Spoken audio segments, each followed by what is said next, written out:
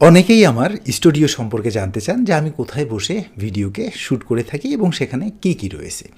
তো আমি একদম বেশি কথা না বাড়িয়ে আপনাদেরকে দেখাচ্ছি, এই যে আমি আপনাদের সামনে বসেই ভিডিওটিকে শ্যুট করছি এবং আমার পিছনে রয়েছে একটি গ্রিন স্ক্রিন। আর আমি পুরো স্টুডিওটি যদি আপনাদেরকে দেখাতে চাই তাহলে আমাকে উঠতে হবে। আপনার সঙ্গে থাকুন, আমি আপনাদেরকে দেখাচ্ছি। তো এখানে দেখুন যে আমার পিছনে যে রয়েছে এটা হচ্ছে একটি আপনার গ্রিন স্ক্রিন। আর গ্রিন স্ক্রিনের সামনে আমি মূলত এই টুলটিতে বসেই আমার কন্টেন্টগুলিকে শ্যুট করে থাকি, বা এখানে বসেই আমি প্রেজেন্টেশন দিয়ে থাকি। আর আমার সামনে এ ধরনের বইয়ের একটা স্তর রয়েছে, যেটার উপরে আমি আমার স্ক্রিপ্টটি লিখে রেখেছি, ঠিক আছে। আর এর সামনে দেখুন এটা একটা ট্রাইপড, ঠিক আছে। এই ট্রাইপড, এটা হচ্ছে ট্রাইপড। আর এটি হচ্ছে আপনার ইলেকট্রিক লাইন আর কি। আর এখানে আপনার দেখতেই পাচ্ছেন লাইটের ব্যবস্থা করা হয়েছে, ঠিক আছে।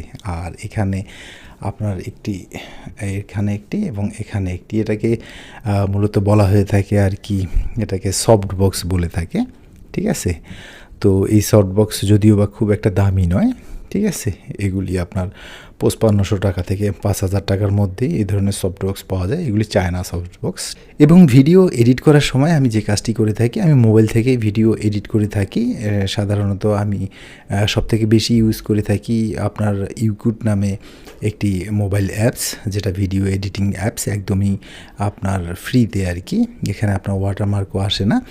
তো আমি এখানেই জাস্ট আমার যে গ্রিন স্ক্রিনটি রয়েছে সেটিকে আমি রিমুভ করে দিই, এবং রিমুভ করার পরে আমার ব্যাকগ্রাউন্ডে আমি আমার প্রয়োজন মতো ফুটেজগুলিকে ইউজ করে থাকি, হ্যাঁ। আর ঠিক আমি ম্যাক্সিমাম টাইম দেখা যায় যে আমার অডিওকে এডিট করি না, আমার যে অডিও রয়েছে সেটিকেই এডিট করে আমি আমার কন্টেন্টগুলিকে ইউটিউবে আপলোড করে থাকি।